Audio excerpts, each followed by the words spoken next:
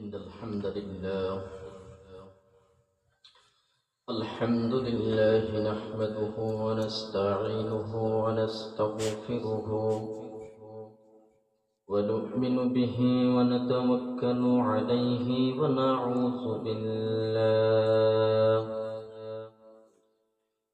ونعوذ بالله من شرور أنفسنا ومن سيئات أعمالنا.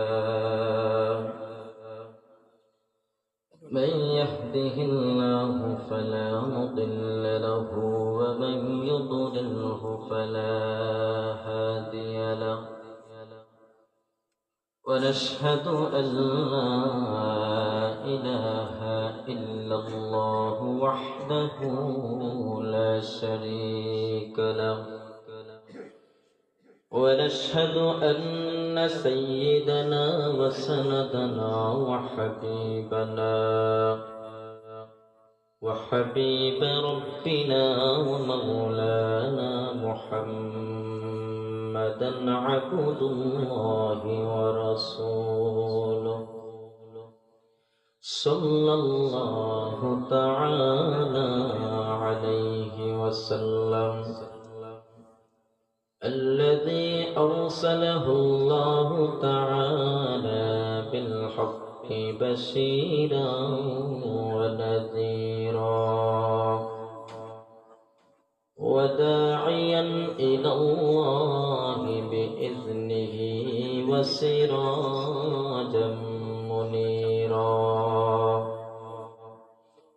أما بعد فقد قال الله تبارك وتعالى في كلامه المجيد والفرقانه الحميد. সকলে আমার সাথে পড়ুন আউযু বিল্লাহি মিনাশ শাইতানির রাজীম। বিসমিল্লাহির রাহমানির রাহিম।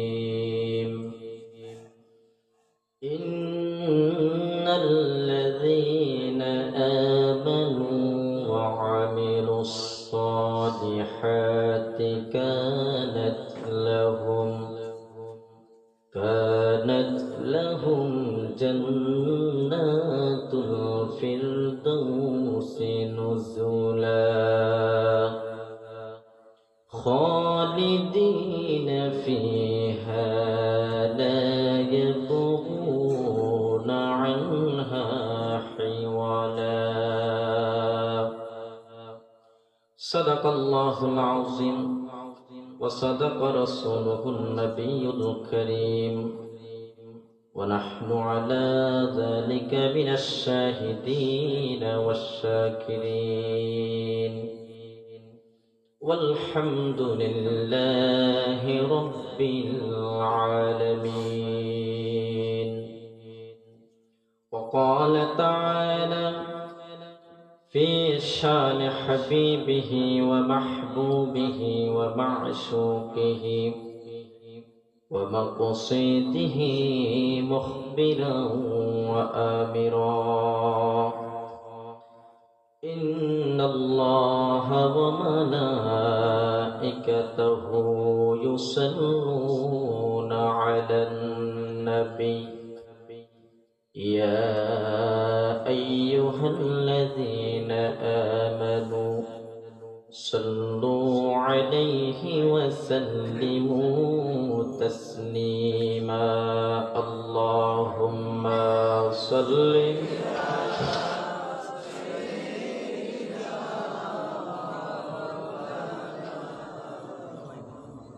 وعلى آل سيدنا. আর একটু মহব্বতে পড়ি আল্লাহুম্মা সাল্লি আলা মাওলানা মুহাম্মাদ ওয়া আলা আলি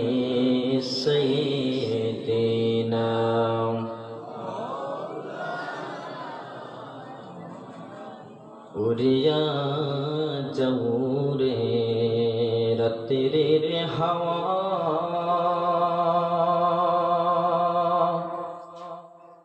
ছড়িয়া যাও রে মদিনা সকল বলি উড়িয়া যাও রে রাত্রির হাওয়া ছড়িয়া যাও রে মদিনা মুদের সালাম পৌঁছাই দিও নূর নবীজির পাক রওজায় আল্লাহুম্মা সাল্লি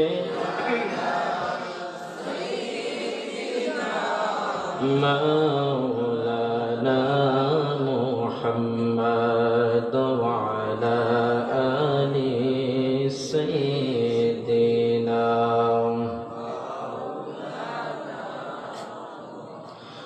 উড়িয়া যাও রে মাহফিলের হাওয়া চলিয়া যাও রে মদিনায় মুদের সালাম পৌঁছাই দিও নূর নবীজির পাক রওজায় আল্লাহুম্মা সাল্লি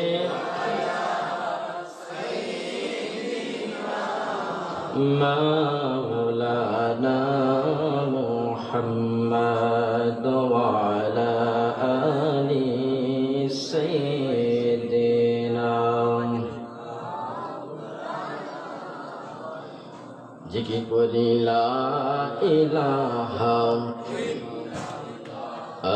লা ইলাহা সুবহানাল্লাহ walhamdulillah la ilaha illallah la ilaha la ilaha illallah la ilaha la ilaha কোথায় রইলেন দয়াল নবী আমাদেরকে সারিয়া বল কোথায় রইলেন দয়াল নবী আমাদেরকে সারিয়া নবী আপনি বিনে কে লাভ হবে এই ধরাতে বাঁচিয়া বলো আপনি বিনে কে লাভ হবে এই ধরাতে বাঁচিয়া সুবহানাল্লাহ walhamdulillah la ilaha illallah la ilaha la ilaha illallah la ilaha la ilaha এমন নবীর উম্মত মোরা যেই নবীর নাই তুলনা বল এমন নবীর উম্মত মোরা যেই নবীর নাই তুলনা ফেরেশতা কুল জানাই সালাম স্বয়ং খোদা রব্বানা বলো ফেরেশতা কুল জানাই সালাম স্বয়ং খোদা রব্বানা সুবহানাল্লাহ walhamdulillah la ilaha illallah la ilaha la ilaha illallah la ilaha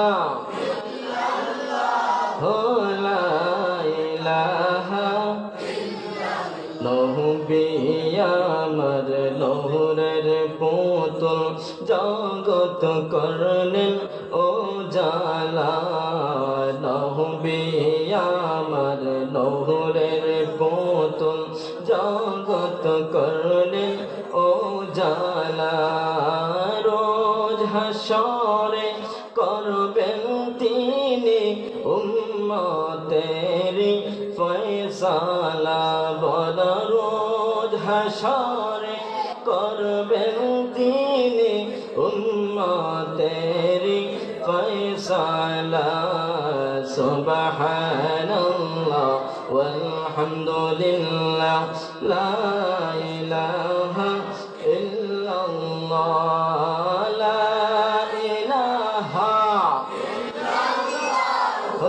লা ইলাহা লা ইলাহা ইল্লাল্লাহ মুহাম্মাদুর রাসূলুল্লাহ সাল্লাল্লাহু আলাইহি ওয়াসাল্লাম সালাত তোমার বন্ধু পরম শেষ বিচারের দিন সালাত তোমার জীবন জুড়ে খুশবু প্রতিদিন সালাত তোমার বন্ধু পরম শেষ বিচারের দিন সালাত তোমার জীবন জুড়ে খুশবু প্রতিদিন যায় নামাজে শান্তি বিলাই চিত্ত সীমাহীন রব্বি আলা রব্বি আযীম সবাই রব্বি আলা রব্বি আযীম রব্বি আলা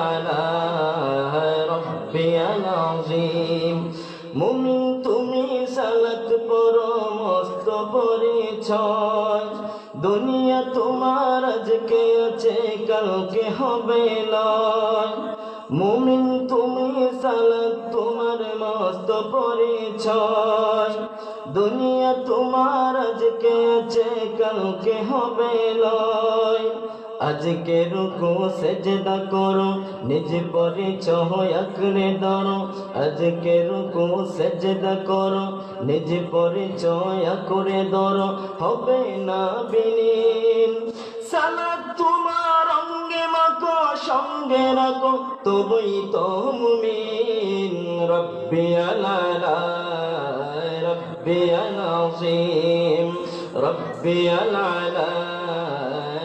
ربي العظيم ربي الأعلى ربي العظيم সালাত কায়েম করো সালাত কায়েম করো বলো সালাত কায়েম করো সালাত কায়েম করো হবে সম্মানী তুমি হবে জান্নাতি তুমি হবে সম্মানী তুমি হবে জান্নাতি তুমি দেবে কাল হাসরে শীতল ছায়া আরশে আজিম রব্বি আলা ربي العظيم ربي الأعلى ربي العظيم ربي الأعلى ربي العظيم الحمد لله কান্দিপাড়া জামি মসজিদের উদ্যোগে বার্ষিক ওয়াজ মাহফিল 2024 নভেম্বর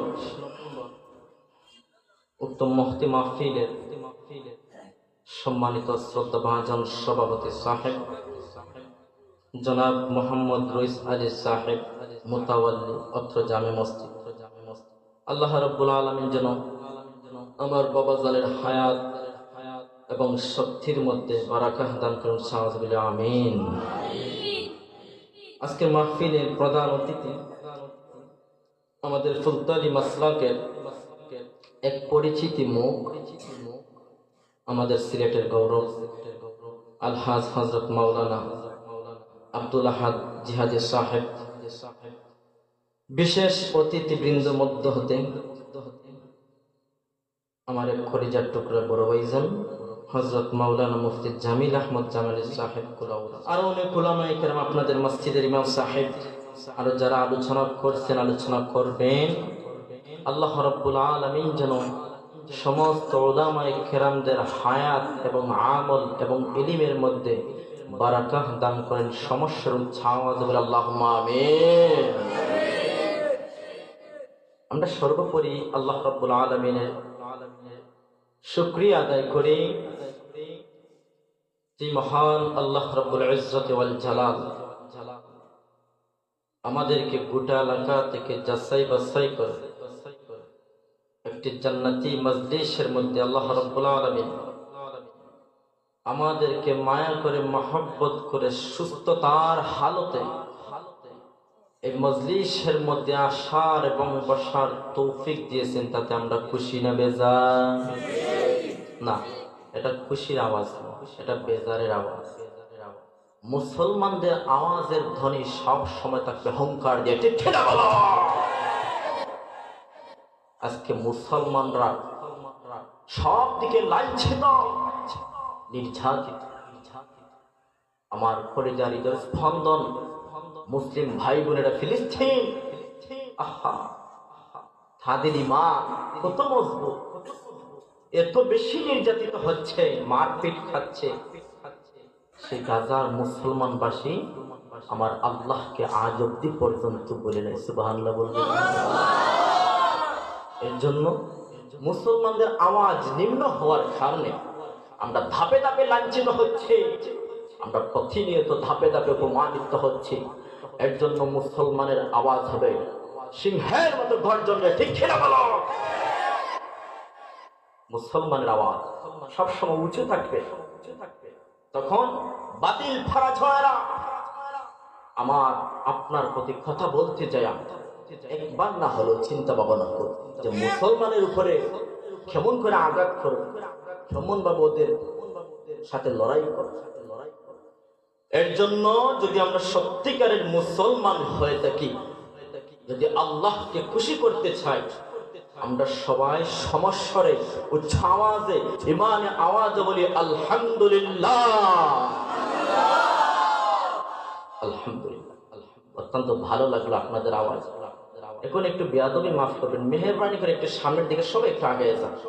খালি জায়গাটা ফাঁক থাকলে আসলে কিরম দেখায়। আর যারা আসবেন পিছনে বসে সবাই একটু বেয়াদবি মাফ করবেন, একটু একটু সামন দিকে, তখন আওয়াজ আপনারা দিলে আমারও ভালো লাগবে। যাই হোক, আমরা আল্লাহর শুকরিয়া আদায় করলাম। এই যে আল্লাহর শুকরিয়া আদায় করলাম, এতে আল্লাহ অত্যন্ত খুশি হয়েছে। আমরা তো নিমক হারাম হয়ে গেছি, আমরা আল্লাহর শুকরিয়া আদায় করাটা ভুলে গেছি। আল্লাহর গুলামি থেকে আমরা বেরিয়ে যাচ্ছি। তো বলতে চেয়েছিলাম, এই যে শুকরিয়া আদায় করলাম, কার করলাম বাজান? এই তো আবার আওয়াজ বন্ধ হয়ে গেল। কার করলাম? আল্লাহ। আল্লাহ রাব্বুল আলামিন কুরআনুল হাকীমের মধ্যে বলেন, বান্দা তোমরা আমার শুকরিয়া আদায় করো, আমার গুণগান গাও, আমার মহত্ব প্রকাশ করো, আমার কাছে চাও, শুকরিয়া আদায় করো। শুকরিয়া আদায় করবা, বাড়াইয়া দিবে কে? এর জন্য আল্লাহ রাব্বুল আলামিন বলেন, লা ইন শাকারতুম লা আযীদান্নাকুম ওয়া লা ইন কাফারতুম ইন্না আযাবি লাশাদীদ। আল্লাহু আকবার। লা ইন শাকারতুম, আমার শুকরিয়া আদায় করো, লা আযীদান্নাকুম, শুকরিয়া আদায় করবা, আমি আল্লাহ তোমাদেরকে আরো উত্তম বিনিময়ে বাড়াই দেব। সুবহানাল্লাহ। ওয়া লা ইন কাফারতুম, শুকরিয়া আদায় করবা না, অকৃতজ্ঞতার অন্তর্ভুক্তের মধ্যে করে যাবা, শুকরিয়া থেকে বিমুখ থাকবা। তাহলে শুনে রাখো, যারা আল্লাহর শুকরিয়া আদায় করে না, তাদেরকে আল্লাহ কেমন কঠিন হুঁশিয়ার বার্তা দিচ্ছেন। ওয়ালা ইন কাফারতুম ইন্না আযাবি লাশাদীদ, যারা আমি আল্লাহর শুকরিয়া আদায় করবে না, আমি আল্লাহ তাদেরকে কঠিন আযাবের মধ্যে পরিণতি করব। আল্লাহ বেশি আযাব দিবেন শুকরিয়া আদায় না। এর জন্য আমরা সুস্থ থাকি, অসুস্থ থাকি, সুখে থাকি, দুঃখে থাকি, সব সময় শুকরিয়া আদায় করতে হবে। আল্লাহ শুকরিয়া আমরা যতই আমরা কষ্টের মধ্যে পড়ে যাই না কেন, আল্লাহ শুকরিয়া থেকে যেন আমরা বিমুখ না থাকি। শুকরিয়া থেকে বিমুখ থাকবো, আল্লাহ আমাদের প্রতি আরো বেশি বেজার হয়ে যাবে। আল্লাহ মাঝে মধ্যে বান্দাদেরকে কঠিন পরীক্ষার সম্মুখীন করেন। কলেজের টুকরা ভাইয়েরা কথা বলবেন না। আল্লাহ বান্দাদেরকে কঠিন পরীক্ষার সম্মুখীন করেন যে বান্দা দেখি আমি আল্লাহর প্রতি কতটুকু মহব্বত নিয়ে দুনিয়ার জমিনে আছে, যে দেখি বান্দা আমি আল্লাহর প্রতি কতটুকু আকৃষ্ট হয়ে আছে। কিন্তু আমাদের সমাজের কিছু মানুষেরা দেখবেন কিছু কষ্টের সম্মুখীন হয়ে গেলে বলতে চায় যে আল্লাহ কি আমি ছাড়া আর কাউকে দেখে না। এমন মানুষ আছে না নাই? বলে আমি ছাড়া কি আল্লাহর কাউকে দেখে না। তুমি বরং আল্লাহর শুকরিয়া আদায় করবা, কেননা আমার আল্লাহ তোমাকে যে স্মরণ করে আল্লাহর পরীক্ষার মধ্যে সম্মুখীন করেছেন, এটাই হলো তোমার জন্য সৌভাগ্য। অন্যজনকে দেখবেন সুখে শান্তিতে চলতেছে, হয়তো তার প্রতি আল্লাহ নারাজ, তাকে সুখে শান্তিতে একটু চলাফেরার আল্লাহ সুযোগ দিয়েছেন, কোনদিন তাকেও আল্লাহ এইভাবে আঁকড়ে ধরবে। আর এমন ধরা ধরবেন এক ধরাতে মেডিকেল থেকে সাকরাতের গাঁঠে, তারপর মৃত্যুবরণ। এর জন্য আপনার মৃত্যু আসার পূর্বে আপনার জীবনকে আপনি সুন্দর করে সাজাতে হবে।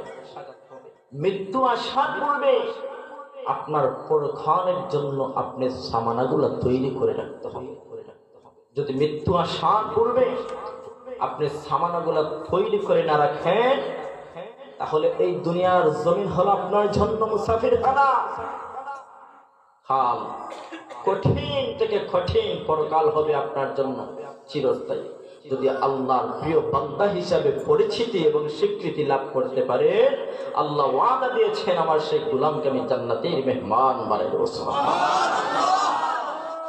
আর যদি আল্লাহর গোলামি দাসত্ব শুকরিয়া থেকে বিমুখ হয়ে যান, তাহলে আপনার কপালের মধ্যে খারাপই আছে, ঠিক কিনা বলো? এর জন্য এটাই বলতে চাচ্ছি না, আপনাদেরকে এটাই বোঝাতে চাচ্ছি না, মৃত্যু সবার আছে। একজন আমির বাদশাহ যেভাবে মৃত্যুবরণ করবে, সমাজের নিম্ন স্তরে একজন কৃষক গরিব মানুষও মৃত্যুবরণ করবে, ঠিক কিনা? না শুধু গরিবরা মরে, বড় লোকরা বেঁচে থাকে? সবাই মরে। কেননা আল্লাহ নিজের কোরআনের মধ্যে বলে দিচ্ছে। সম্মানিত প্রিয় সুধী লক্ষ্য করুন, আল্লাহ রাব্বুল আলামিন কোরআনুল কারীমের মধ্যে ঘোষণা করে দেন, কুল্লু নাফসিন যায়িকাতুল মাউত। আল্লাহু আকবার। কুল্লু নাফসিন যায়িকাতুল মাউত, প্রত্যেক প্রাণী মৃত্যুর স্বাদ গ্রহণ করতে হবে। এই মৃত্যু থেকে কোনো প্রাণী কোনোদিন বেঁচে রেহাই থাকতে পারবে না, ঠিক কিনা? মৃত্যু থেকে কেউ কোনোদিন বেঁচে থাকতে পারবে না। এর জন্য আমি বলতে চাই, এক আল্লাহকে নিয়ে বিভিন্ন ধর্মের বিভিন্ন মত অভিমত আছে, ঠিক কিনা? যারা আল্লাহর প্রতি ঈমান এনেছে, যারা আল্লাহকে বিশ্বাস করে ঈমান এনেছে, তারা বিশ্বাস করে, তারা সেই জবান দিয়ে স্বীকৃতি দেয়, সমস্যার উচ্চ আওয়াজে বলুন আমাদের রবকে। আমাদের রব হলেন আল্লাহ। এমনকি আমরা সেই বাক্য আমাদের পবিত্র জবান দিয়ে স্বীকৃতি দিয়ে দেখি, আমরা আল্লাহর গোলাম, আমরা আল্লাহর গোলাম এবং আমাদের পালন কর্তা, রিজিক দাতা, সৃষ্টিকর্তা। উচ্চ আওয়াজে বলুন কে? সেই আল্লাহ আপনাকে আমাকে সবকিছু দিয়েছেন, আর কেমন করে আমরা নিমক হারাম করি, কেমন থেকে আল্লাহ শুকরিয়া থেকে আমরা বিমুখ হয়ে যাই। এর জন্য সম্মানিত প্রিয় সুধী কথা বলতে চেয়েছিলাম, প্রত্যেক ধর্মেরই আল্লাহ নিয়ে দ্বিমত অভিমত থাকে। মুসলমান যাতে আল্লাহ বলে বিশ্বাস করে, আর অন্যান্য ধর্ম কেউ বলে এক আল্লাহ, কেউ বলে 100 আল্লাহ, এমন ধর্ম আছে না নাই? আওয়াজ পক্ষের উচ্চাওয়াজ এবং আছে না নাই? কিন্তু আল্লাহকে নিয়ে বিভিন্ন ধর্মের মত অভিমত আছে, কিন্তু প্রত্যেক ধর্মের মানুষকে গিয়ে আপনি জিজ্ঞেস করুন, আপনি কি মৃত্যুকে বিশ্বাস করেন? কোন ধর্ম কোনদিন সেটাকে অস্বীকার করতে পারবে না। প্রত্যেক ধর্মে স্বীকার করবে এই দুনিয়া জমিন থেকে একদিন বিদায় নিয়ে নিতে হবে। ঠিক কিনা বলেন? প্রত্যেক ধর্মে স্বীকৃতি দিবে। না হিন্দু মরে না? কথা কোন হিন্দু মানুষেরা মরে না? খ্রিস্টান, ইহুদি, সবাই সবাই জানে এই দুনিয়ার জমিন থেকে সবাইকে একদিন চলে যেতে হবে। এই দুনিয়ার জমিনে চিরস্থায়ী কেউ থাকতে পারবে না। আম্বিয়া আলাইহিস সালাতু সালামগণ পর্যন্ত থাকতে পারেন নাই। তুমি যতই সম্পদের বাহাদুরি করো, যতই সম্পদ থাকে না কেন, যতই বিত্তশালী থাকো না কেন, যত তুমি শিল্পপতি থাকো না কেন, যতই অহংকারিত করো না কেন, তুমি একদিন এই দুনিয়ার জমিন থেকে বিদায় নিয়ে 3.5 হাত অন্ধকার খবরে মাটির মধ্যে শুয়ে থাকতে হবে। ঠিক কিনা বলো? কিসের জন্য আমরা বড়াই করি? কিসের জন্য? এর জন্য সম্মানিত প্রিয় সহোদর, লক্ষ্য করো, এই দুনিয়ার জমিন হল আপনার জন্য পরীক্ষার কেন্দ্র। আপনার আমার সন্তান সন্ততি মাদ্রাসায় লেখাপড়া করে, স্কুল ইউনিভার্সিটির মধ্যে লেখাপড়া করে, কোনদিন কি দেখেছেন কোন প্রতিষ্ঠান থেকে পরীক্ষার আগ মুহূর্তে কোনো প্রশ্ন পাশ করে দেওয়া হয়? প্রশ্ন দিলেই তো নকল হয়ে গেল। প্রশ্ন দেওয়া হয় না। প্রশ্ন দিলে তো অটোমেটিকলি পাস করে ফেলবে, অটো পাস। ঠিক কিনা? এর জন্য প্রশ্ন দেওয়া হয় না। পরীক্ষার কেন্দ্রে সময় নির্ধারিতর মধ্যে প্রশ্ন দেওয়া হয়। কিন্তু আপনার আমার রহমানুর রহিম দয়ার আল্লাহ আমাদেরকে দুনিয়ার জমিন সৃষ্টির পর থেকে আমাদেরকে কোরআন দিয়ে ইশারা করে দিচ্ছেন, গোলাম আমার, দুনিয়ার জমিনকে তুমি সুন্দর করে আমলের ফল নিয়ে সুন্দর করে জীবন যাপন করো। তোমার যদি দুনিয়ার জমিন সুন্দর থাকে, তোমার যদি দুনিয়ার জমিন আমি আল্লাহর গোলামের মধ্যে নিমজ্জিত থেকে থেকে আমল ইমানের সহিত কবরে চলে যেতে পারো, আমি আল্লাহ ঘোষণা করে দিচ্ছি, আমি আল্লাহ তুমি গোলামকে জান্নাতের মেহমান বানাই দেব। আল্লাহ আমাদেরকে শিখায় দিচ্ছে বিভিন্ন জায়গায়, বিভিন্ন আয়াতের মধ্যে, কিন্তু আমরা তারপরও বুঝি না। আমরা সবকিছু বুঝি, সেটা বুঝি না। আল্লাহ যে আমাদেরকে রাস্তা দেখায় দিচ্ছেন যে আমার গোলামের মধ্যে নিমজ্জিত থাকো, সেটা আমরা বুঝি না। কেন বুঝি না? শয়তান মামু আমাদেরকে নাড়াচড়া করে। ঠিক কিনা বলো? এর জন্য বুঝতে হবে, বিশ্বাস করে নিতে হবে, দুনিয়ার জমিন থেকে চির বিদায় হয়ে যাবা। আমল ভালো থাকবে, পরকালের প্রথম মঞ্জিল হলো কবর। সেই কবর থেকে আপনাকে আল্লাহ সুখ দিয়ে ভরপুর করে দিয়ে একদম হাসর পর্যন্ত হিসাব নিকাশ করে আল্লাহ তোমাকে জান্নাতের মধ্যে ঢুকাই দিল। আর যদি খবরের মধ্যে ধরাবান্ধা পড়ে যান, তাহলে বুঝতেই হবে আপনার পরবর্তী ঘাটগুলো কঠিন আছে। এর জন্য সবাইকে মরতে হবে, সবাই খবরে যেতে হবে। সম্মানিত প্রিয় সহোদর, লক্ষ্য করুন, আমরা সবাই যখন মৃত্যুবরণ করব, সময় সংক্ষিপ্ত, খুব দ্রুত কথা বলবো। আমরা সবাই যখন মৃত্যুবরণ করব, মৃত্যুর পরবর্তী প্রথম ঘাট, প্রথম মঞ্জিল হলো আমাদের কবর। সেই কবর থেকে আমাদের হিসাব নিকাশ শুরু হবে।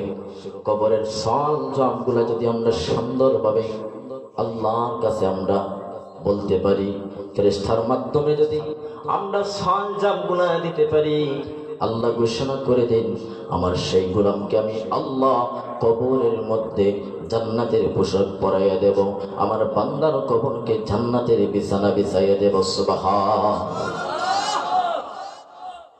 কবরের মধ্যে যদি সওয়াল জবাব দিতে পারেন না, তাহলে আপনার এখান থেকে জাহান্নামের কঠিন আযাব শুরু হয়ে যাবে। জাহান্নামের পোশাক আপনাকে পরিয়ে দেওয়া হবে, আগুনের বিছানা আপনার জন্য তৈরি থাকবে, সারাক্ষণ আপনার জন্য আযাব চলবে। এইভাবে কবরে আমরা সবাই শুয়ে থাকবো।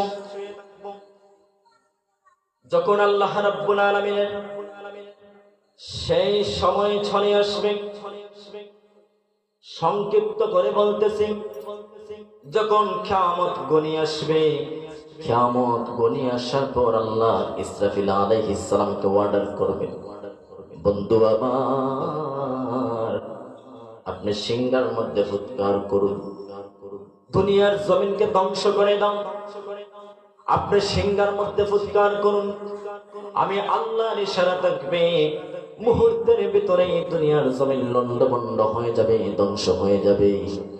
ইসরাফিল আলাইহিস সালাতু সালাম সিংহে ফুৎকার দিবেন, আমরা সবাই বেহুশ হয়ে যাব, সবাই মৃত্যুবরণ করে ফেলব। সেই কঠিন বিভীষিকাময় দিনে যদি গর্ভবতী মায়েরা থাকে, সেই কঠিন সময় গর্ভবতী মায়ের পেট থেকে বাচ্চাগুনা প্রসব করে ফেলবে, তো কঠিন সময় আসবে, তো কঠিন সময় আসবে। যখন দ্বিতীয় সিংহে ফুৎকার দেওয়া হবে, আমরা সবাই উলঙ্গ কবর থেকে দাঁড়িয়ে উলঙ্গ অবস্থায় হাসরের মাঠের জন্য প্রস্তুতি হয়ে যাব। সবাই আমরা হাসরের ময়দানে বিচারের কাঠখড়ার মধ্যে দাঁড়িয়ে যাব। আমি এগুলো কিন্তু সংক্ষিপ্ত বলতেছি, কেননা আমি আমার আলোচনার মধ্যে ঢুকতে চাই। এখন যদি মরণের আলামত গুলা বলতে যাই, কিয়ামতের গুলা বলতে যাই, তাহলে অনেক রাত্র হয়ে যাবে, আমার আলোচনার মধ্যে ঢুকতে পারবো না। একটা নির্ধারিত সময় আছে তো। যখন হাসরের ময়দান কায়েম হবে, যখন হিসাব নিকাশের সময় আসবে, সেই কঠিন দিন আল্লাহ রাব্বুল আলামিন দুইটি চেহারা নিয়ে সেই সিংহাসনের মধ্যে বসে থাকবে। সেই দিন আল্লাহ রাব্বুল আলামিন ডেকে ডেকে বলবেন, হে দুনিয়ার বাদশাহী হে দুনিয়ার বাদশারা, তোমাদের বাদশাহী কোথায়? হে দুনিয়ার অহংকারীরা, তোমাদের অহংকার কোথায়? আজকে আইলাম এই কঠিন বিভীষিকাময় দিনে, একমাত্র লিমানিল মুলকুল ইয়াউম, এই কঠিন দিনে আমি আল্লাহ একমাত্র রাজত্ব কায়েম করব। আজকে কোথায় গেল তোমাদের অহংকারী? কোথায় গেল তোমাদের বাহাদুরি? কোথায় গেল তোমাদের নেতাগিরি? আল্লাহ এইভাবে সবাইকে ধমক দিয়ে দিয়ে কথা বলবেন। সেই দিন যেই সেই সমাজের নেতা হোক আর অহংকারী হোক, সেই দিন কারো কোনো জবান দিয়ে কথা আসবে না। সুবহানাল্লাহ। সেদিন একমাত্র রাজত্ব কায়েম করবেন আল্লাহ, মালিক ইয়াউমিদ্দিন। এই যে মালিক ইয়াউমিদ্দিন, কোন দিনের কথা বোঝানো হয়েছে? সেই হাসরের ময়দানের। এর জন্য বলতে চাচ্ছিলাম, সেই দিন আল্লাহ দুইটি চেহারা নিয়ে থাকবেন। কি আপনাদের বিরক্ত লাগতেছে? তাহলে এই যে হাঁটা ছড়া ধরাধরি একটু মানে কিরকম লাগে আর কি পরিবেশটা? আমি বেশি সময় নেব না, হুজুর আসা আগ পর্যন্ত। বাহিরে যারা আসি, যদি আমরা সবাই ভিতরে আসি, আরো সুন্দর লাগবে। সম্মানিত প্রিয় সুধী, লক্ষ্য করুন, সেই দিন আল্লাহ মায়াবী চেহারা নিয়ে, রহমতের চেহারা নিয়ে আল্লাহর মায়ের বান্দাদের জন্য রেডি থাকবেন। যারা দুনিয়ার জমিনে আল্লাহর দাসত্ব করেছে, আল্লাহর গোলামি ইবাদত বন্দেগী করেছে, সেই দিন হাসরের ময়দানে তাদের জন্য আল্লাহ রহমতের চেহারা নিয়ে বসে থাকবে, যাতে করে আল্লাহর প্রিয় মাহবুব বান্দারা আল্লাহকে দেখলে ভয় না পায়। সেই দিন আল্লাহর দিকে তারা যাতে সুন্দর করে চেয়ে থাকতে পারে, তাদের সেই দিন আমল গুলা যেন সুন্দরভাবে আল্লাহর কাছে, আল্লাহর তরফ থেকে পেতে পারে। সেই দিন আল্লাহ রাব্বুল আলামিন যখন কঠিন বিভীষিকাময় দিন চলে আসবে, আল্লাহর মাহবুব বান্দারা যারা থাকবে, আল্লাহর প্রিয় বান্দাগণ নির্বাচিত যারা হবে, আল্লাহ রাব্বুল আলামিন তাদেরকে ডেকে ডেকে আনবেন। তাদেরকে এইভাবে সারিবদ্ধ করে এক একজন করে তাদের হাতের মধ্যে তাদের আমলনামা দিয়ে দিবেন। কেমন ভাবে তাদের আমলনামা দিয়ে দিবেন? আল্লাহ রাব্বুল আলামিন দুনিয়ার মানুষ সম্প্রদায়কে ডেকে ডেকে বলেন, হ্যাঁ দুনিয়ার মানুষ সম্প্রদায়,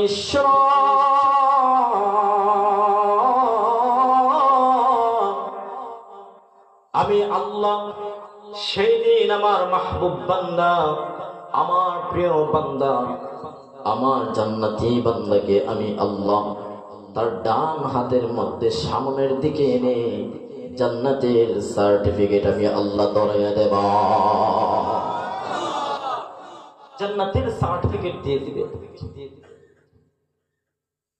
আরো শ্রেণী মানুষ যারা গুনাহগার বিবেচিত হয়ে যাবে,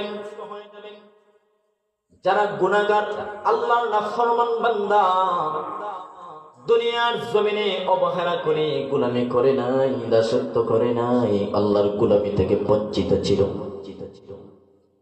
সেই সমস্ত বান্দাদেরকে আল্লাহ ডেকে ডেকে বলেন, হ্যাঁ আমার নাফরমান বান্দারা শোনো,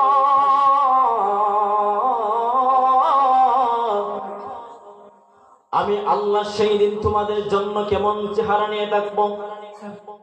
আমি আল্লাহ সেই দিন কাহার নামক চেহারা নিয়ে সেই গুনাহগারদের জন্য বসে থাকবো।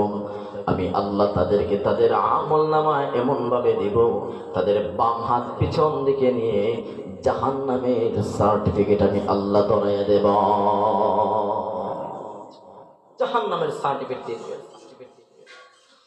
আল্লাহ রাব্বুল আলামিন যখন জাহান্নামের সার্টিফিকেট দিয়ে দিবেন,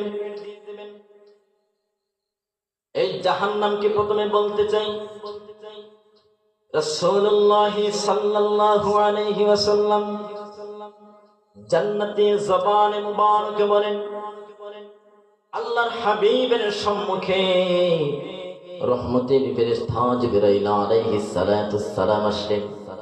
আল্লাহর নবী বলেন, হে আমার বন্ধু, এই জাহান্নাম প্রসঙ্গে আপনার কাছ থেকে একটু জানতে চাই, একটু অবগত হতে চাই। রহমতের ফেরেশতা জিবরাইল আলাইহিস সালাতু সালাম জবাব দেয়, এই জাহান্নাম হলো কঠিন থেকে কঠিন, এই জাহান্নাম হলো অত্যন্ত ভয়াবহ কঠিন। সেই জাহান্নামের শাস্তি ছাড়া কোনো আরাম নাই, ঠিক কিনা বলো? আর উচ্চ আওয়াজে বলেন ঠিক কিনা? সেই জাহান্নামের মধ্যে শুধু আল্লাহর তরফ থেকে আযাব থাকবে। রহমতের ফেরেশতা জিবরাইল বলে, ও বন্ধু মুহাম্মদ,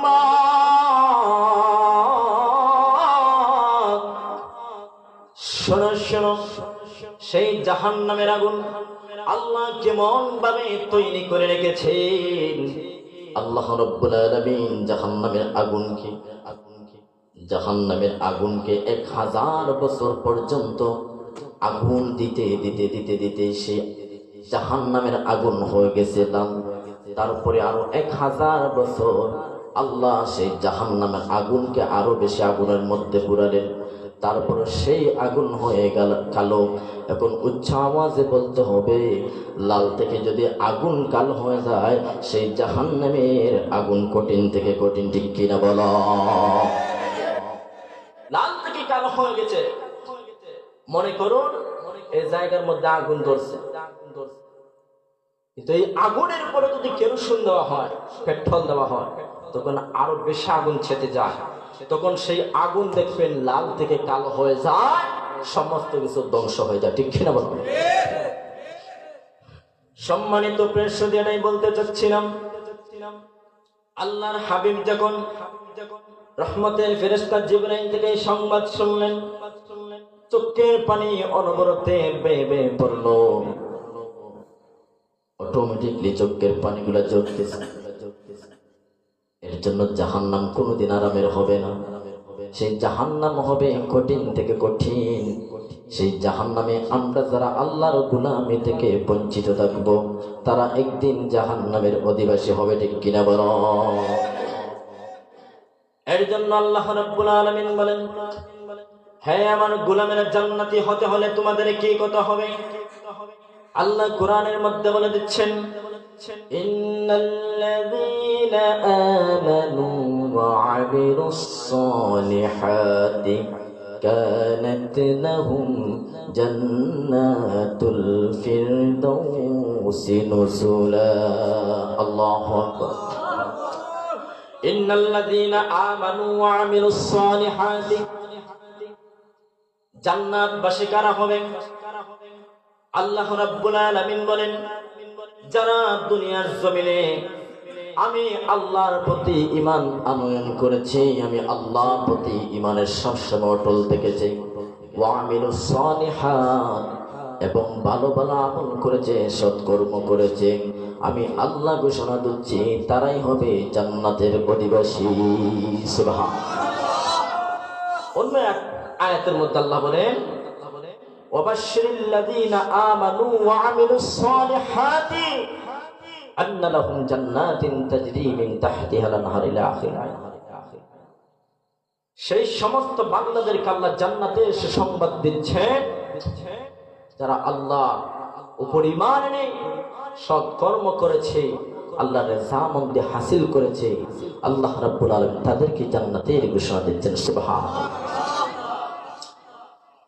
এর জন্য জান্নাতের আলোচনা একটু পরে করি, মজা লাগবে। আগে একটু ভয় দেখায় লই, তারপর আপনাদেরকে জান্নাতে যাওয়ার লোভ দেখাইব। কিন্তু জান্নাতে যাওয়ার লোভ দেখাইব, কিন্তু লোভ পেতে হলে কিছু দিতে হয়, ঠিক কিনা বলো? সেই জান্নাতের পাগল পাড়া যখন আমরা হয়ে যাব, অবশ্যই আপনাকে আল্লাহর গোলামি করতে হবে, ঠিক কিনা? সম্মানিত হাজিরিন, বলতে চেয়েছিলাম, রাসূলুল্লাহ সাল্লাল্লাহু আলাইহি ওয়াসাল্লাম একদিন সমস্ত সাহাবায়ে কেরামদেরকে নিয়ে মজলিসের মধ্যে বসে আছেন। মজলিসের মধ্যে রাসূলুল্লাহ সাল্লাল্লাহু আলাইহি ওয়াসাল্লাম আলোচনা করতেছেন। হঠাৎ করে সবার কানের মধ্যে একটি বিকট শব্দ আওয়াজ করলো। সাহাবায়ে কেরামগণ সবাই হতভম্ব হয়ে গেলেন, অবাক হয়ে গেলেন। এইরকম বিকট আওয়াজ কোনোদিন শুনেন নাই। রাসূলুল্লাহ ডেকে ডেকে বলেন, ওরে আমার সাহাবীরা শোনো, এই যে বিকট আওয়াজ হয়েছে, সেই আওয়াজের ব্যাপারে তোমরা কি কেউ অবগত আছো? সাহাবায়ে কেরামগণ জবাব দেন, ইয়া রাসূলুল্লাহ, নবী,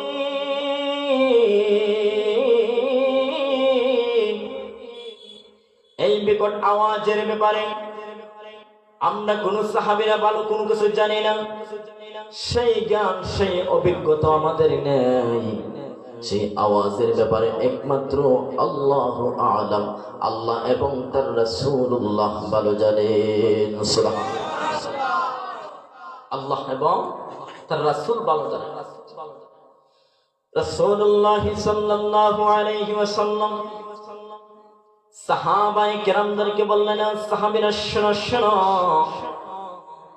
তাহলে সেই আওয়াজের ব্যাপারে ভালো করে মনোযোগ দিয়ে শোনো। সেই আওয়াজটি কিসের? আল্লাহর হাবিব বর্ণনা করেন, আল্লাহ রাব্বুল আলামিন দীর্ঘ ৭০,০০০ বছর পূর্বে জাহান্নামের উপর থেকে একটি পাথর ছেড়েছিলেন। সেই জাহান্নামের নিম্ন দেশে পাথরটি চলে যেতে যেতে দীর্ঘ ৭০,০০০ বছর সময় লেগেছে। আল্লাহু আকবার। রাসূলুল্লাহ বলেন, আল্লাহ দীর্ঘ ৭০,০০০ বছর পূর্বে জাহান্নামের উপর থেকে একটি পাথর ছেড়েছিলেন। সেই পাথর একদম নিম্ন দেশে জাহান্নামের যেতে যেতে দীর্ঘ ৭০,০০০ বছর সময় লেগেছে। আল্লাহু আকবার বলবেন না? এখন বুঝে নিন জাহান্নাম কত ভয়ঙ্কর, জাহান্নাম কত নিম্ন দেশে থাকে। সেই জাহান্নাম প্রসঙ্গে রাসূলুল্লাহর কলিজার টুকরা সাহাবীরা প্রশ্ন করেন, ইয়া রাসূলুল্লাহ, নবী,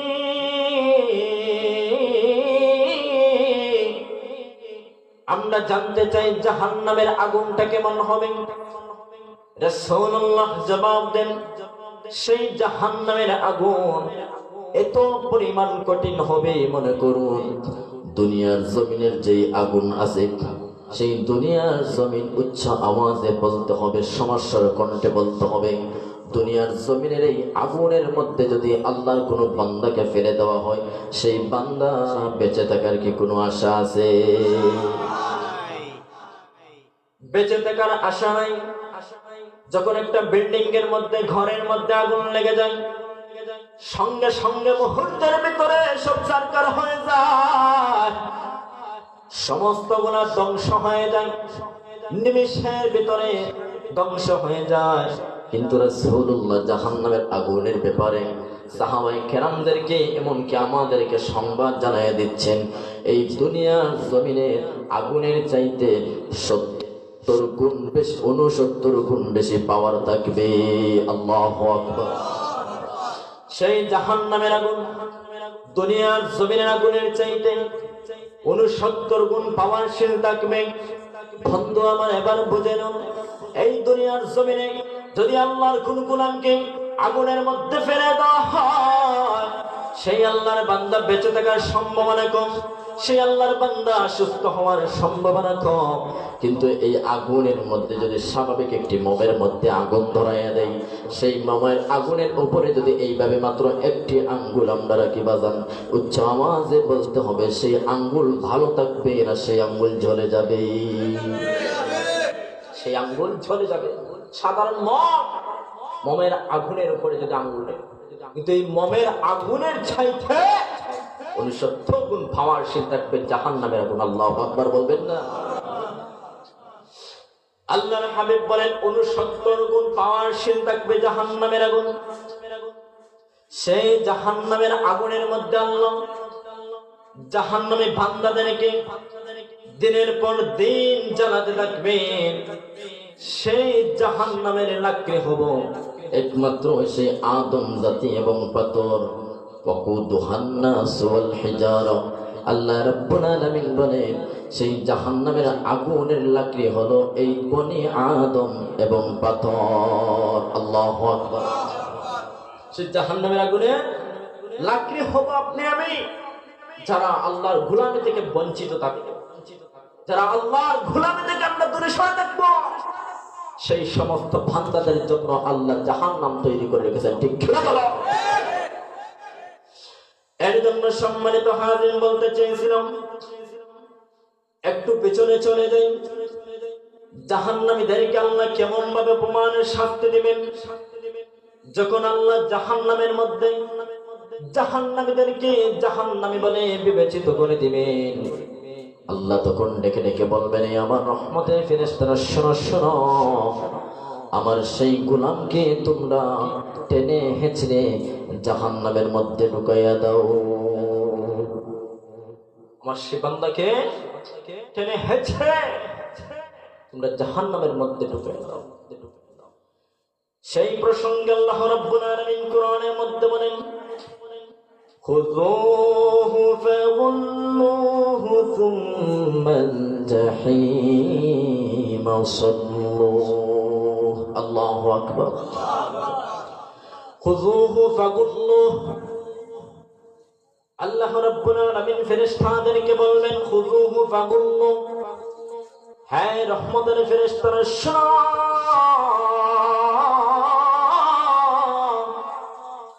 আমার গোলামকে ধরো, আমার গোলামকে ধরো, এবং আমার সেই গোলামকে তোমরা খুযূহু ফাগুল্লুহু সুম্মাল জাহীম সাল্লুহু, তাকে শৃঙ্খল পরিবদ্ধ করে আমার সেই গোলামকে তোমরা 70,000 শৃঙ্খল দিয়ে বেরিবদ্ধ করে টেনে হেঁচড়ে জাহান্নামের মধ্যে ঢুকাইয়া দাও।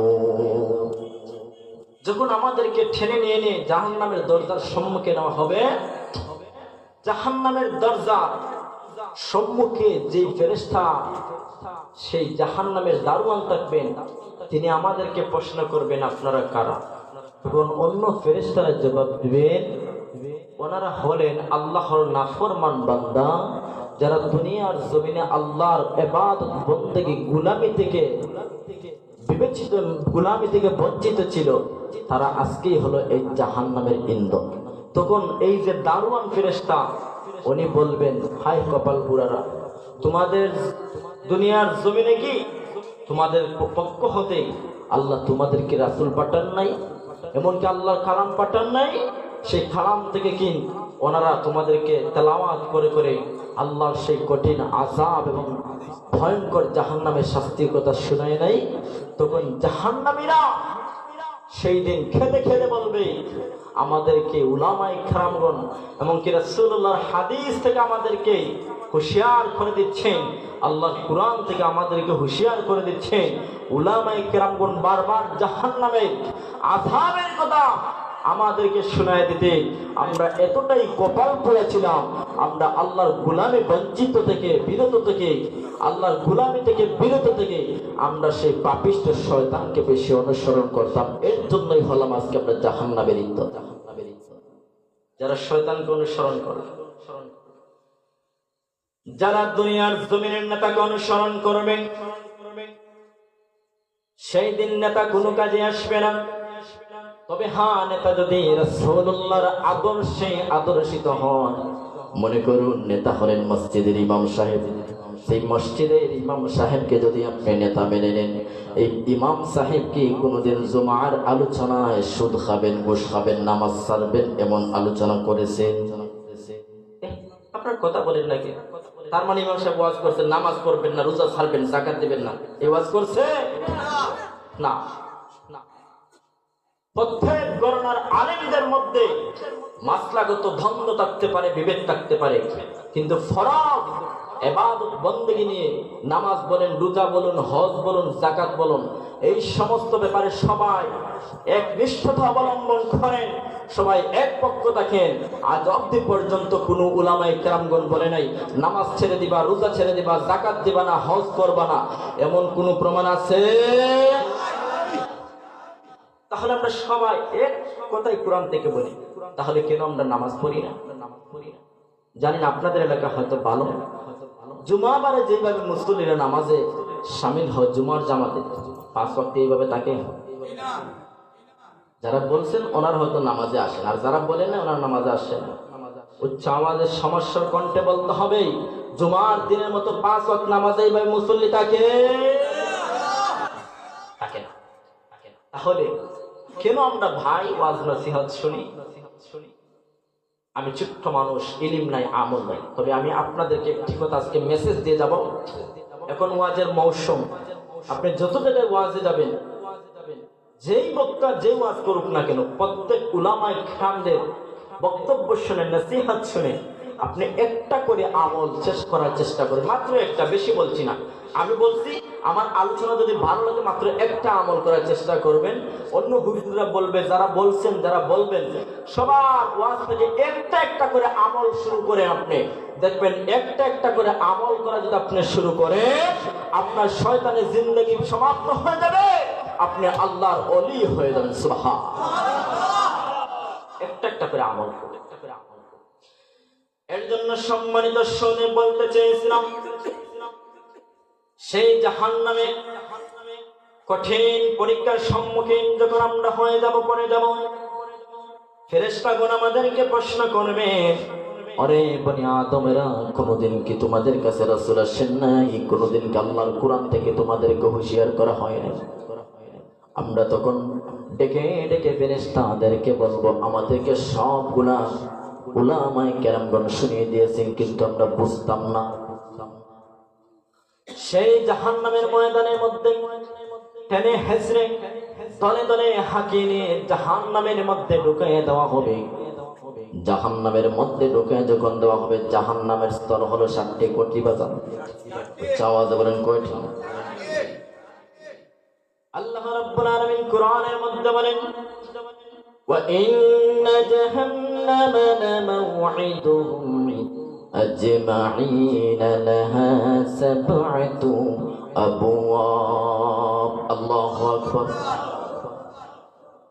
লাহা আবওয়াব, লাহা 7 আবওয়াব।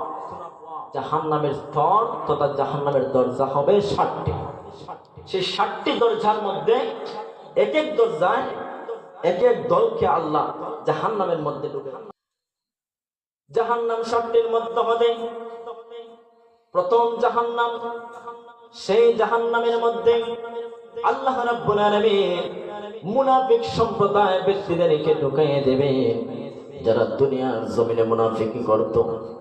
আল্লাহ কোরআনের মধ্যে বলেন, ইন্নাল মুনাফিকিনা ফিদ-দারকিল আসফালি মিনান নার। আল্লাহু আকবার। আল্লাহ রাব্বুল আলামিন মানব সম্প্রদায়কে ডেকে ডেকে বলেন, হ্যাঁ দুনিয়ার মানব সম্প্রদায়ের শোনো,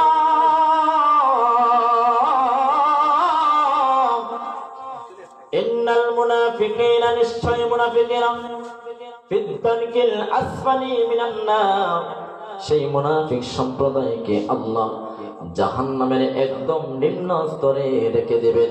এতে বোঝা গেল আমরা এত খারাপ জাতি, এত খারাপ জাতি। সেই আবু জেহেল উৎপাস উচ্চ জাহান্নামে রাখবে, কিন্তু মুনাফিক নিম্ন স্তরের মধ্যে ঢুকাইয়া দেবে, ছাওয়া দেবে না, ঠিক কিনা? যারা মুনাফিক তাদের ব্যাপারে বলছে নিম্ন স্তরে যাবে, জাহান্নামের নিম্নমুখী হবে। এতে বোঝা গেল আপনার আমার চাইতে আবু জেহেল ভালো, সে ভালো একটি জাহান্নামে থাকবে। আর আপনি আমি যারা মুনাফিকি করে আমরা জাহান্নামের নিম্নের মধ্যে ছড়ে যাব। আমাদের সমাজে মুনাফিক আছে না নাই? বন্ধুরা আমার লক্ষ্য করুন, এইভাবে 7টি জাহান্নামের মধ্যে এক এক জাহান্নামের মধ্যে এক এক সম্প্রদায়কে আল্লাহ ঢুকিয়ে দেবেন। কোন কোন জাহান্নামের মধ্যে হিন্দুদেরকে ঢুকিয়ে দেবেন, কোন জাহান্নামের দরজার মধ্যে 7টি দরজার মধ্যে হতে কোন জাহান্নামের মধ্যে মুশরিকদেরকে ঢুকিয়ে দিবেন, কোনটার মধ্যে মুনাফিকদেরকে ঢুকিয়ে দিবেন, কোনটার মধ্যে যারা অগ্নি পূজা করত তাদেরকে ঢুকিয়ে দিবেন, কোনটার মধ্যে যারা শয়তানকে অনুসরণ করত তাদেরকে ঢুকিয়ে দিবেন। রাসূলুল্লাহ সম্মুখে যখন রহমতের ফেরেশতা জিবরাইল আগমন করলেন, রাসূলুল্লাহ জাহান্নামের 7টি জাহান্নামের স্তর বিন্যাস প্রসঙ্গে জানতে চাইলেন। রাসূলুল্লাহ বলেন, বন্ধু জিবরাইল, কোন জাহান্নামের মধ্যে কোন দরজার মধ্যে কোন দলকে আল্লাহ ঢুকায় দেবেন? 7টির মধ্যে 6টি ধারাবাহিক ক্রমে জিবরাইল ফেরেশতা বলতে আসছেন। যখন 7 নম্বর জাহান্নাম হলো, যেই জাহান্নামের নাম হলো জাহান্নাম নামে, ওয়া ইন্না জাহান্নামা লামাউইদুহুম আজমাইন। এই যে জাহান্নামের মধ্যে আল্লাহ কোন সম্প্রদায়কে ঢুকায় দেবেন? জাহান্নামের মধ্যে এমন সম্প্রদায়কে ঢুকায় দেবেন, এই বনি আদমের মধ্যে হতে তারা দুনিয়ার জমিনে আল্লাহর কাছে গুনাহ করেছে এবং তওবা সারা দুনিয়ার জমিন থেকে চির বিদায় নিয়ে নিছে। এই সমস্ত বান্দাদেরকে আল্লাহ জাহান্নামের মধ্যে ঢুকাইয়া দেবে। আল্লাহু আকবার। রহমতের ফেরেশতা যখন এই সংবাদ দিলেন, রাসূলুল্লাহ সাল্লাল্লাহু আলাইহি ওয়াসাল্লাম সঙ্গে সঙ্গে অজ্ঞান হয়ে গেলেন। ওই কারণে অজ্ঞান হয়ে গেলেন।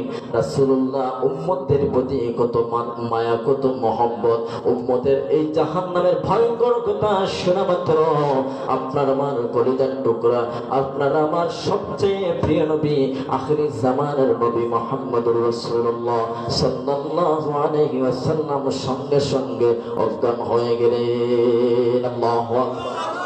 অজ্ঞান হয়ে যাওয়ার পর আল্লাহর রহমতের ফেরেশতা বোঝার চেষ্টা করবেন। জিবরাইল আলাইহিস সালাম রাসূলুল্লাহর মাথা মুবারক ওনার উরুর মধ্যে রাখলেন। সঙ্গে সঙ্গেই রাসূলুল্লাহর শরীরের মধ্যে শক্তি এসে গেল, চৈতন্য লাভ হয়ে গেলেন। অর্থাৎ রাসূলুল্লাহ যে অজ্ঞান ছিলেন, অজ্ঞান থেকে রাসূলুল্লাহর হুঁশ এসে গেল। রাসূলুল্লাহ জিবরাইলকে বলে, জিবরাইল জানোনি আমি কেন অজ্ঞান হয়ে গিয়েছিলাম? আমার কলেজার টুকরা উম্মতেরা জাহান্নামের লাকড়ি হবে, জাহান্নামের ইন্ধন হবে। আমি রাসূলুল্লাহ কোশ্চিন কালেও বরদাস্ত করে নিতে পারি নাই। সুবহানাল্লাহ। দেখুন আপনার আমার প্রতি রাসূলুল্লাহর কত মহব্বত। এইভাবে ধারাবাহিক ক্রমে জাহান্নামীদেরকে আল্লাহ জাহান্নামের মধ্যে ঝালাবেন, বারবার কঠিন থেকে কঠিন শাস্তি দিবেন। সেই দিন জানেন জাহান্নামের পোশাক কেমন হবে? আল কাতরার পোশাক হবে, আগুনের পোশাক হবে। আল কাতরার মধ্যে আগুন ধরতে খুব আরাম পায়, ঠিক কিনা বলুন? সেই দিন জাহান্নামীদের পোশাক হবে আগুনের পোশাক। জাহান্নামীকে বারবার আল্লাহ জাহান্নামের মধ্যে পালাবেন, জ্বালাবেন, ছারখার করে দিবেন। যখন আবার তাকে সুস্থ শরীর দেহ দিয়ে আল্লাহ আবার তাকে জাহান্নামের মধ্যে ঝালাবেন। এইভাবে আল্লাহ জাহান্নামীকে তার পাপের প্রায়শ্চিত্ত পূরণ না হওয়া পর্যন্ত আল্লাহর গোলামকে জাহান্নামের মধ্যে বারবার জ্বালাবেন। আল্লাহু আকবার। এইভাবে বান্দাকে বারবার জ্বালাবেন, জাহান্নামের মধ্যে বান্দাকে বারবার জ্বালাবেন। বান্দার খিদাও লেগে যাবে, বান্দার পানির পিপাসা লেগে যাবে। বান্দা আল্লাহকে ডেকে ডেকে বলবে, আল্লাহ আমাদের খিদা লেগে গেছে, পেটের মধ্যে খিদা লেগে গেছে, ও আল্লাহ আমাদেরকে খাওয়ান দাও। আল্লাহ রাব্বুল আলামিন ফেরেশতাদেরকে বলবেন, এই রহমতের ফেরেশতারা, আমার জাহান্নামী নাফরমান বান্দাকে পচা পুজ, পচা রক্ত, এমনকি তাকে জাক্কুম জাতীয় ফলটি তোমরা খাওয়ায় দাও।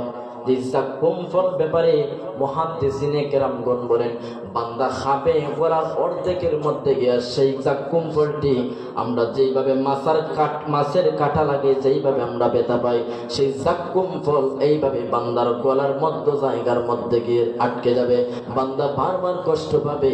বান্দা সেই গলিত পচা পুজ, পচা রক্ত আল্লাহর তরফ থেকে খাদ্য দেওয়া হবে। বান্দা সেগুলা খেয়ে খেয়ে পেট ভরপুর করে ফেলবে। আলোচনার সমাপ্তির দিকে চলে আসতেছি। এইভাবে আল্লাহ জাহান্নামীদেরকে বারবার জ্বালাবেন, পুরাবেন, আবার সুন্দর দেহ দিয়ে আবার আল্লাহ কি করবেন, জাহান্নামের মধ্যে জ্বালাবেন। জ্বালানোর পর, কারণ একটি হাদিস থেকে প্রমাণ পেয়েছি, যারা রাসূলুল্লাহকে বিশ্বাস করে, মান ক্বালা লা ইলাহা ইল্লাল্লাহু দাখালাল জান্নাহ, যারা রাসূলুল্লাহকে বিশ্বাস করে, ঈমান এনেছে, মনে প্রাণে বিশ্বাস করেছে, রাসূলুল্লাহ বলেন আমার সেই উম্মত একদিন না একদিন হলো জাহান্নামের মধ্যে আল্লাহ ঢুকায়, জান্নাতের মধ্যে আল্লাহ ঢুকাইয়া দেবে। এখন আমরা একদম সংক্ষিপ্ত দিকে চলে আসছি। অনেক জাহান্নামের আযাবের কথা আছে, যেহেতু আমি জানি হুজুর সময় চলে আসবেন, অনেক আলোচনার সামনে।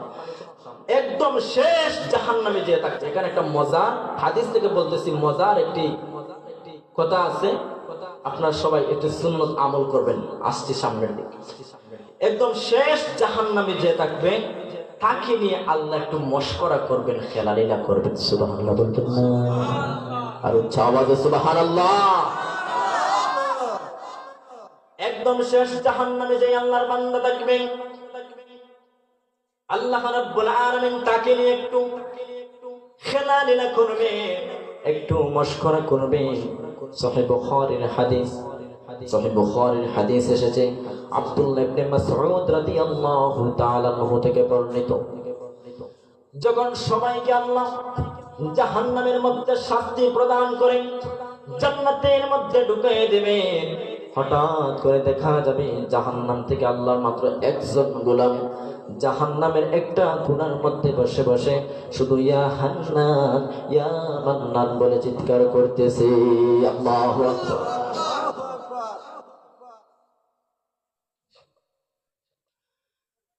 আল্লাহ রাব্বুল আলামিন বলেন, বন্ধু জিবরাইল, আপনি দেখেন তো জাহান্নামের মধ্যে গিয়ে একটু খেয়ে আমাকে ডাকে।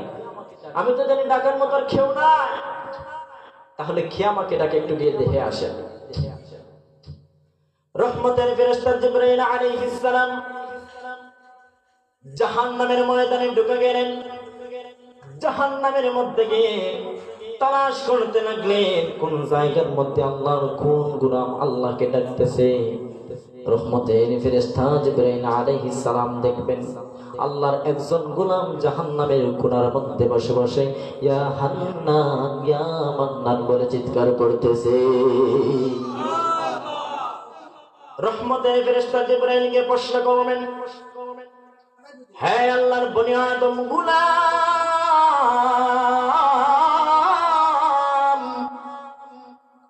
কেন তুমি আল্লাহকে ডাকছো? তোমাকে তো এখন আল্লাহকে ডাকার সময় নাই। আল্লাহকে ডাকার সময় তো দুনিয়ার জমিনে, ঠিক কিনা বলো? আল্লাহকে তুমি ডাকবা, আল্লাহর গোলামি করবা দুনিয়ার জমিনে।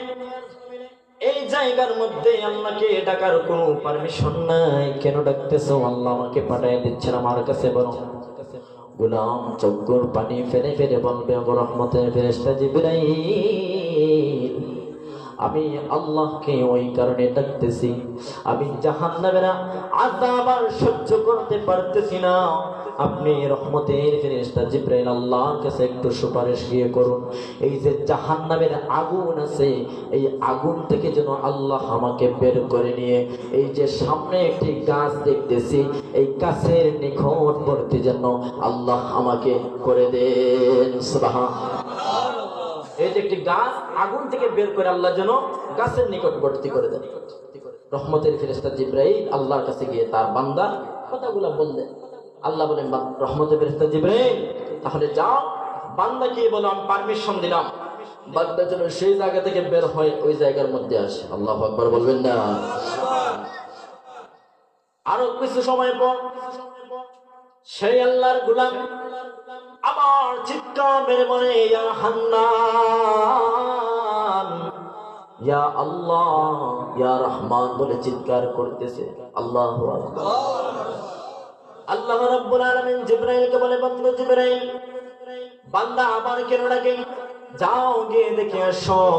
বান্দার সঙ্গে জিবরাইল দেখা করবে, বান্দাকে প্রশ্ন করবেন, আবার কেন ডাকো?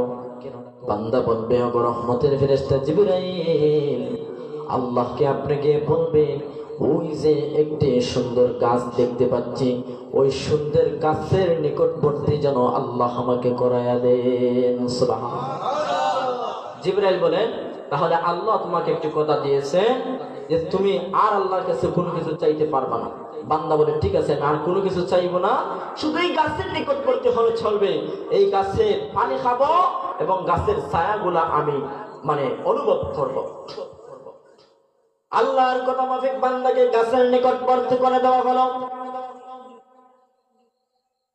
আল্লাহর কথা মাফিক বান্দাকে গাছের নিকটবর্তী করে দেওয়া হলো। বান্দা গাছের নিকটবর্তী হয়ে গেল, আবার আল্লাহকে ডাকতেছেন। আল্লাহ বলেন, বান্দা তো আমার দেখা যায় নিমক খারাপ, বারবার ওয়াদা করে বান্দা আবার ওয়াদার খেলাফ করে। এই বন্ধু আমার জিবরাইল, যাও যাও গিয়ে দেখে আসো বান্দা কেন আমি আল্লাহকে ডাকে। বান্দাকে বলে আসবো আমি আল্লাহকে যেন না ডাকে। এইবার লাস্ট পারমিশন বান্দাকে দিয়ে আসবো। রহমতের ফেরেশতা জিবরাইল গিয়ে বলে, কেন বারবার তুমি আল্লাহকে ডাকো, কেন বারবার আল্লাহকে ডাকো? এই আল্লাহর গোলাম বলবেন, আমার এই শেষ আশা, এই যে জান্নাতের দরজার সম্মুখে আমি একটি সুন্দর গাছ দেখতে পাচ্ছি, ওই গাছের নিকটবর্তী যেন আল্লাহ আমাকে নিয়ে নেয়, আমি আর আল্লাহর কাছে কোনো কিছু চাইব না। সংক্ষিপ্ত করে বলতেছি, আল্লাহর কথা মাফিক বান্দাকে সেই জান্নাতের দরজার সম্মুখে গাছের নিকটবর্তী আল্লাহ দিয়ে দিবে। এখন এই যে মনে করুন পর্দা, এই পর্দার ভেতরে চলতেছে ওয়াজ, আর বাহিরে কেউ মনে করুন মহিলা, উদাহরণ বলতেছে আমি, উদাহরণ মনে করুন বাহিরে কেউ আছে অথবা আসতে পারতেছে না, বেমার অসুস্থ, সেই আল্লাহর বান্দা বাড়ি থেকে আফসোস করতেছে, হারে যদি হুজুরের প্রধানত যে হুজুরের চেহারাটা দেখতে পারতাম তাহলে কত না ভালো লাগতো। ঠিক কিনা বলো? এইভাবে বান্দা যখন জান্নাতের নিকটবর্তী হয়ে গেল, জান্নাতের নিকটবর্তী হয়ে যাওয়ার পর বান্দার কানের মধ্যে আওয়াজ চলে আসে, জান্নাতের ভিতরে কি হচ্ছে না হচ্ছে বান্দার কানের মধ্যে আওয়াজ আসছে। বান্দা এই বাহির থেকে কিছু হলে অনুভব করতেছে জান্নাতের ভিতরে কত নিয়ামতপূর্ণ। আল্লাহর কাছে বান্দা বলে, ওগো আল্লাহ, আপনি আমাকে এত নিকটবর্তী করে দিলেন, আমার শেষ আর যে শেষ ভিক্ষা চাই আপনার কাছে, মাত্র একটা সেকেন্ডের জন্য জান্নাতের নিয়ামতগুলা আমি বান্দাকে আপনি দেখাইয়া দেন। আল্লাহ বলে, বান্দা আমি আল্লাহর সাথে কি মশকরা করো? আমি আল্লাহর সাথে কি তুমি লীলা খেলা করতেছো? সঙ্গে সঙ্গে বান্দা বলে, ওগো আল্লাহ, আমি মশকরা করতেছি না, আমি লীলা খেলা করতেছি না, আপনি আল্লাহ, আমি গোলামের সাথে ঠাট্টা বিদ্রুপ করতেছেন। সুবহানাল্লাহ। বান্দা বলতেছে, আল্লাহ আল্লাহ, আপনি আমার সাথে মশকরা করতেছেন। ওয়াদাল্লাহি হাক্কা, আপনি আল্লাহর ওয়াদা কি মিথ্যা? সুবহানাল্লাহ বলবেন না? আল্লাহর ওয়াদা কি মিথ্যা হতে পারে? আল্লাহ সঙ্গে সঙ্গে একটু হাসি দিলেন, কুদরতি হাসি। কুদরতি হাসি দেখে এই হাদিসের মধ্যে এসেছে রাসূলুল্লাহ হাসলেন, যিনি হাদিস বর্ণনা করেছেন আব্দুল্লাহ ইবনে মাসউদ হাসলেন। তাহলে এই হাদিস শুনে আমরা একটু মুচকি হাসি দেই, মুচকি হাসি, এটা সুন্নাত আমলের সব পেয়ে গেল। সুবহানাল্লাহ। বান্দাকে আল্লাহ বান্দার বিক্রিয়া মাফিক কথা মাফিক মাত্র একটা সেকেন্ডের সুযোগ দিয়ে জান্নাতের মধ্যে আল্লাহ ঢুকিয়ে দিবেন। বান্দাকে একটা সুযোগ দিয়ে দিবেন, বান্দা জান্নাতের মধ্যে ঢুকে এমন ধম দিবে, বান্দা সমস্ত জান্নাত দৌড়াতে দৌড়াতে ঘুরে শেষ করতে পারবে না। আল্লাহ বলে, হ্যাঁ গোলাম আমার, এত দৌড়া দৌড়ি করো না, মাত্র 1 সেকেন্ড সময় ছিল, 1 সেকেন্ড সময় আমি আল্লাহর কাছে ভিক্ষা চেয়েছিলাম। ওরে আমার গোলাম শোনো, 1 সেকেন্ড চলে গেছে, 1 ঘন্টা চলে গেছে, এমনকি 1 দিন অতিবাহিত হয়ে যাচ্ছে, তুমি গোলামকে জান্নাত থেকে বের হবে না। এই বান্দা আল্লাহকে ডেকে ডেকে বলে, ওগো আল্লাহ, আপনি না ওয়াদা করেছেন আপনার গোলামেরা যদি একবার জান্নাতের মজলিসের মধ্যে ঢুকে যায়, সেই গোলাম চিরস্থায়ী জান্নাতের মধ্যে বসবাস করবে। সেই গোলাম চিরস্থায়ী জান্নাতে বসবাস করবে। আল্লাহ, আমি ঢুকে গেছি, আপনার ওয়াদা তো মিথ্যা নয়, তাহলে আমি কেন বের হব?